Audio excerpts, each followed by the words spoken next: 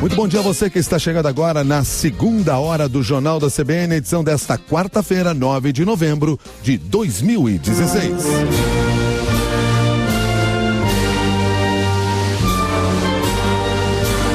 Jornal da CBN que está nesse momento também ao vivo no Facebook. Se você estiver aí na nossa página, pode acompanhar e fazer perguntas para o nosso convidado aqui no estúdio, com a ideia de analisar, entender o que acontece nos Estados Unidos e nas relações internacionais a partir da vitória de Donald Trump, anunciada por volta de 5:30 da manhã. Donald Trump é o novo presidente dos Estados Unidos e para nos ajudar a fazer esta análise aqui no estúdio, nós convidamos o professor Carlos Gustavo Pódio Teixeira, que é professor do curso de graduação e pós-graduação em Relações Internacionais da FAAP, vice-coordenador do curso de Relações Internacionais da PUC São Paulo. Professor, desde já, muito obrigado pela sua gentileza de estar conosco ao vivo nesta manhã. Um bom dia para o senhor. Bom dia, Milton. Bom dia aos ouvintes da CBN. Um dia de perplexidade para os analistas internacionais? Acho que estamos todos um pouco desmoralizados, na verdade, né? Nós, analistas, as pessoas que fazem pesquisas eleitorais, as pessoas que escrevem sobre política americana. O que aconteceu hoje foi algo completamente inesperado, né? Não só a vitória do Trump, mas o tamanho da vitória que se avizinha, né? Aparentemente o Trump vai levar mais votos eleitorais do que o Bush levou nas duas eleições que ele venceu. Ou seja, Trump é maior que Bush? O Trump me parece maior que o Bush e se mostrou também maior do que a Hillary Clinton, né? Na verdade, nós temos agora aí um personagem que supera divisões partidárias, né? O Trump, ele é um candidato dele mesmo, quer dizer, por acaso ele é um republicano, mas ele é um candidato muito personalista, focado muito na sua personalidade, ele também é muito narcisista, né? E ganhou essas eleições apesar de não ter o apoio da elite do Partido Republicano. Então isso é algo bastante significativo, e mais do que isso, ganhou em estados onde havia uma grande expectativa que a Hillary Clinton pudesse ganhar. Claro que isso fala também sobre a fragilidade da candidatura da Hillary Clinton, que desde o começo era uma candidatura com muitos problemas, muito frágil. Trump também é maior que os republicanos?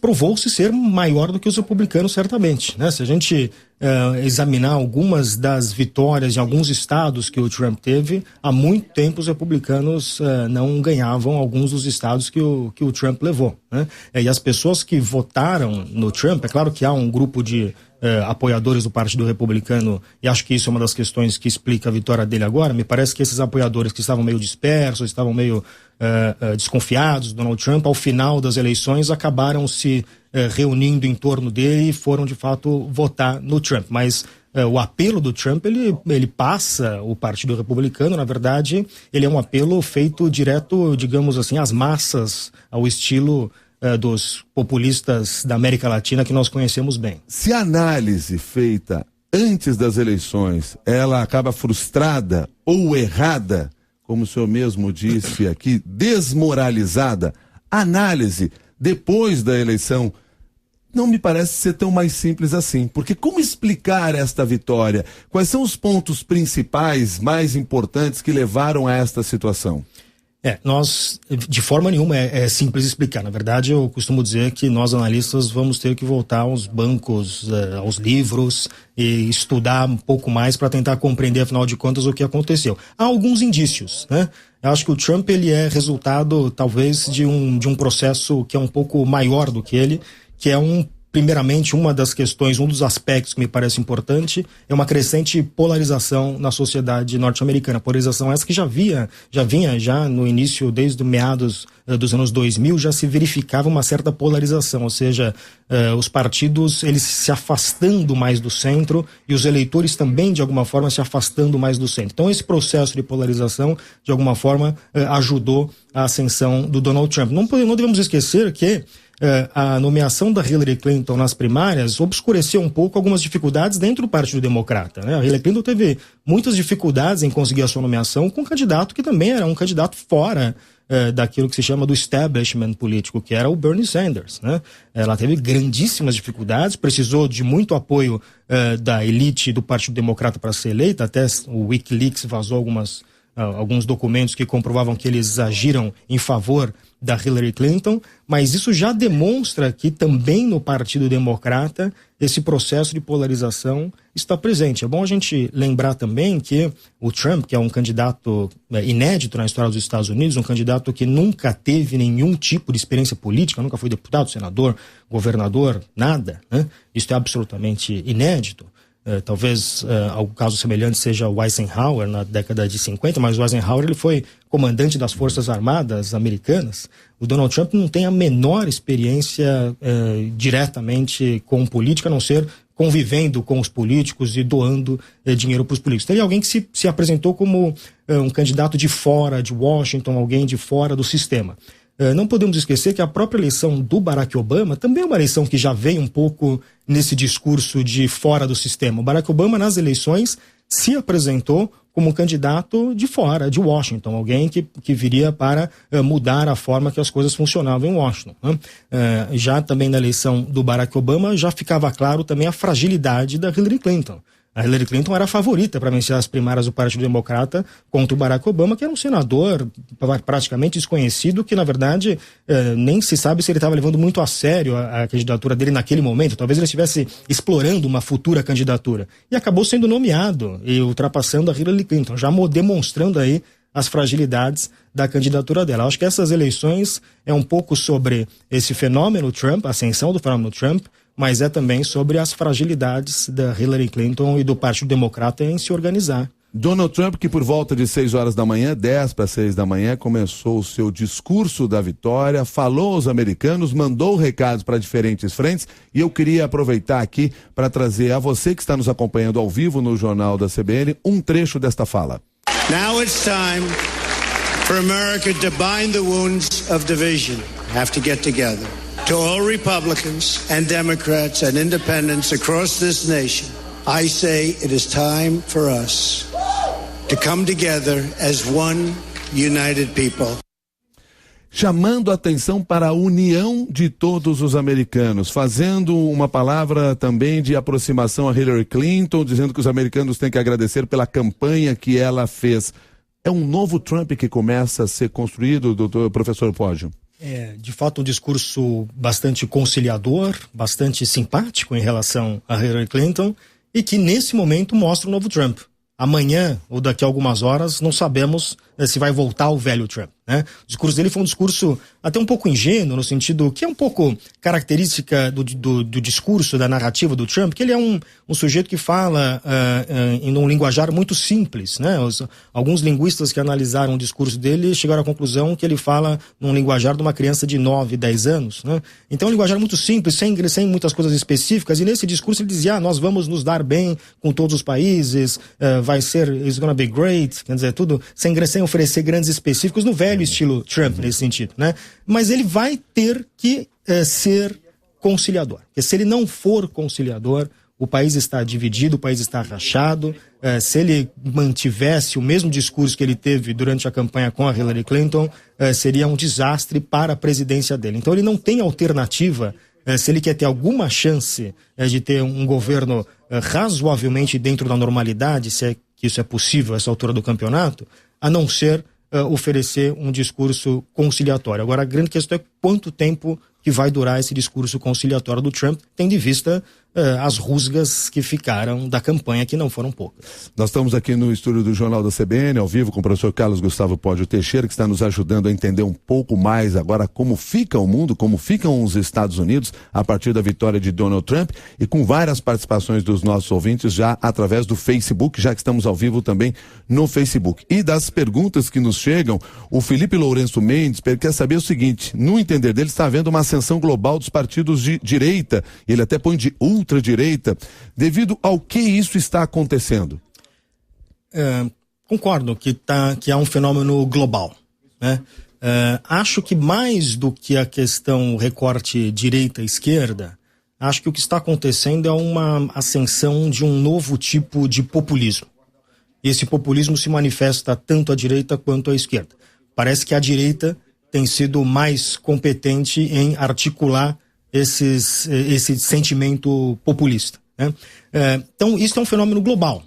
do qual o Trump também é parte. Agora, as razões desse fenômeno global é que vai nos demandar um pouco mais de estudo. Creio que tem muito a ver com uma das questões, aqui explorando algumas hipóteses, algumas explicações para esse fenômeno, acho que é a forma com que as pessoas se informam hoje em dia, né? Veja que, por exemplo, o cidadão médio que vota no Donald Trump, ele não lê o New York Times, ele não lê os grandes jornais, ele não assiste a CNN, ele provavelmente se informa num blog específico, naquele blog que vai reforçar as suas posições políticas, então, ou seja, a informação hoje ela é muito fragmentada, né? E cada um assiste e consome aquela informação que te interessa e muitas vezes sem olhar para o outro lado, sem ver o que o outro lado tem a dizer. Então, eu creio que isso está gerando uma certa tribalização da política, uma fragmentação que tem um pouco a ver com este fenômeno que é um desaparecimento do centro e uma ascensão dos extremos, né? Mudando a forma com que se faz política.